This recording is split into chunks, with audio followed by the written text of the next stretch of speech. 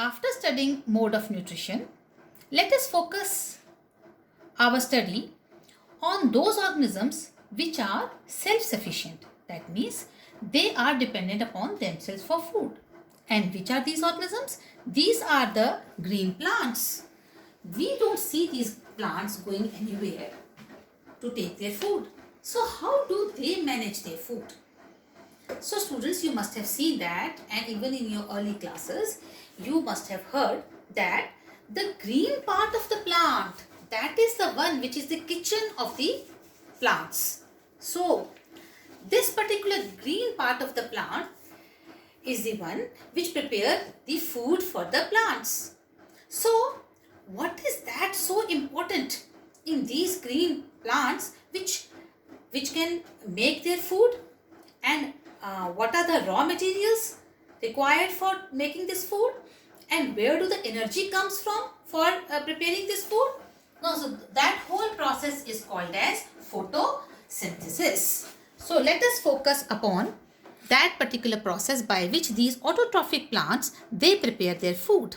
So students, you must have seen that these particular green part of the plant which are called as leaves, or wherever in the plant this green colored pigment is present, and this particular green colored pigment which captures the sunlight, and then with the help of the carbon dioxide from the atmosphere and water from the roots, it prepares its food with the help of sunlight, and the food which is prepared in it is prepared in the form of carbohydrate.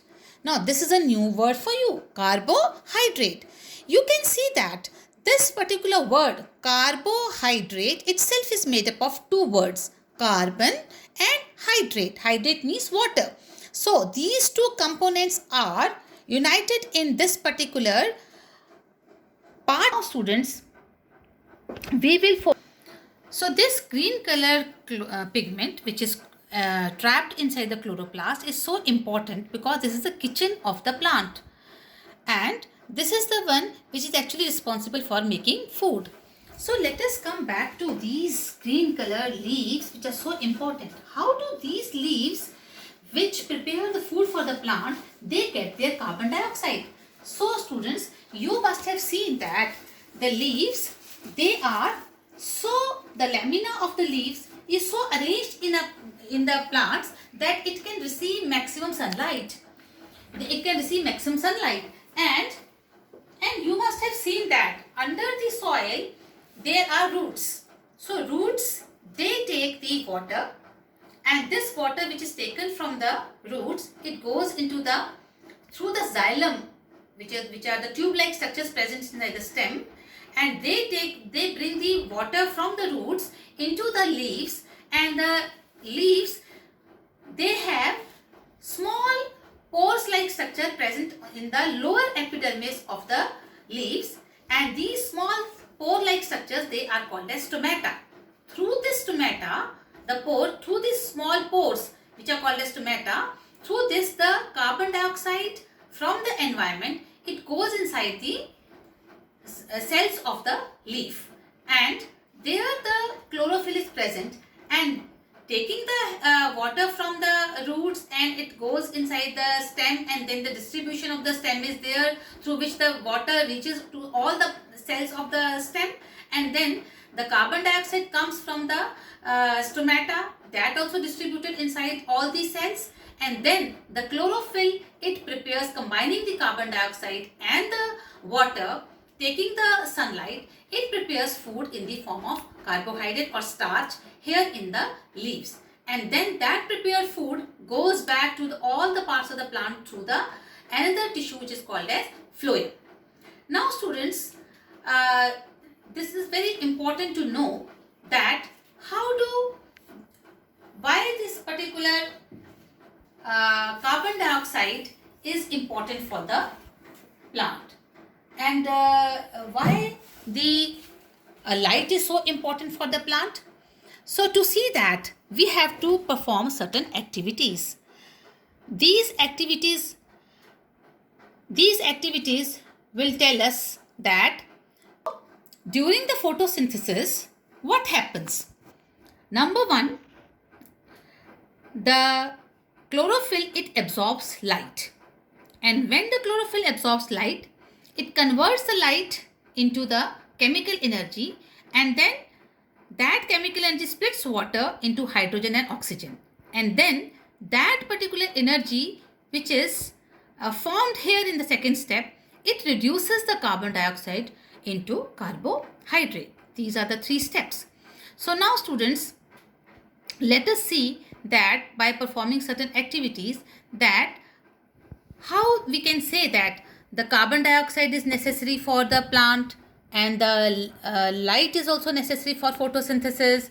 And similarly, chlorophyll, we are saying that it's a green color pigment only which is responsible for photosynthesis. Let us see how they are important.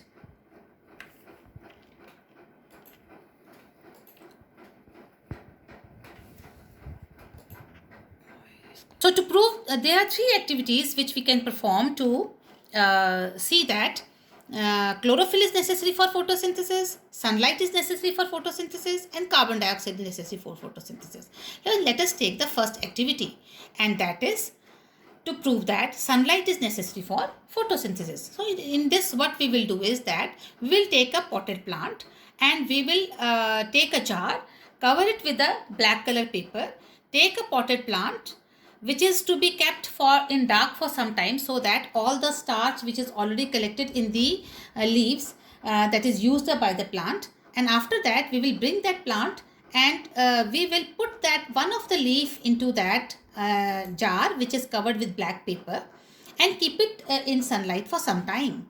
And after few days, we will pluck that particular leaf, and we will first of all we will heat that particular leaf in alcohol, so that all the will dissolve the particular chlorophyll in the alcohol by heating it in it.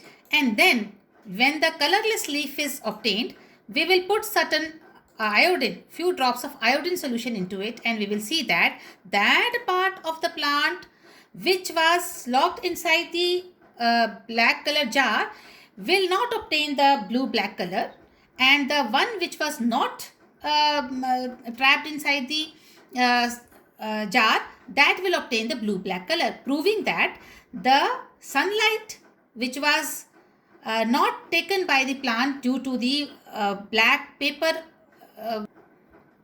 So here what happened, that part of the leaf which was covered inside the black paper, and it could not obtain the sunlight, therefore it could not perform the photosynthesis and could not get the starch formed in it, and therefore it has not given the starch test. But the one which was receiving the sunlight, it has given the starch test. The iodine is converted into blue black color, because here the photosynthesis has taken place.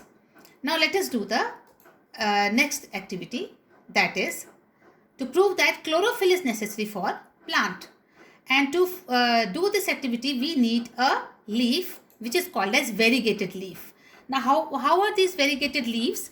You must have seen in some of the plants there are certain leaves which has some other color somewhere and green color somewhere. These are called as variegated leaves, because it has got chlorophyll in one part and some other pigment is dominating in the other part.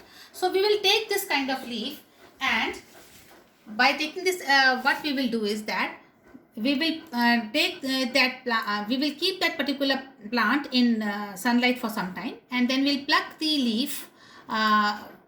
We'll pluck the leaf and again perform the starch test for it, and we will see that that particular part of the leaf where the chlorophyll was present, it will give the starch test, and the part where the chlorophyll was not present, it will not give starch test, proving that chlorophyll is necessary for photosynthesis. Now the third activity is that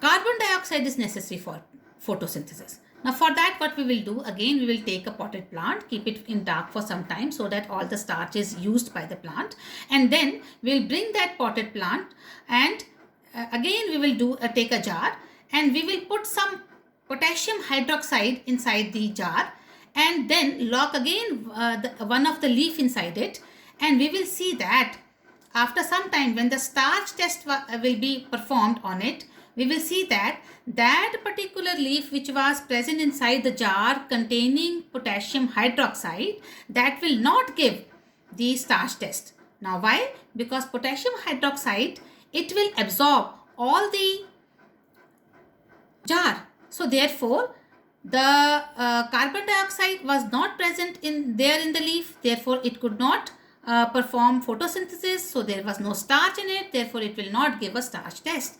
So now this particular activity also proves that the carbon dioxide is necessary for the photosynthesis.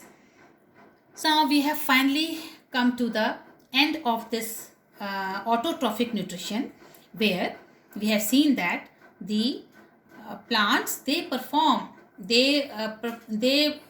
prepare their own food with the help of carbon dioxide, water, sunlight and chlorophyll, and they make the food in the form of carbohydrates, and they give us oxygen also.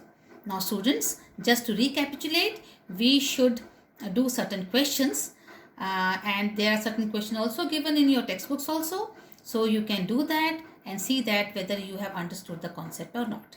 Thank you so much.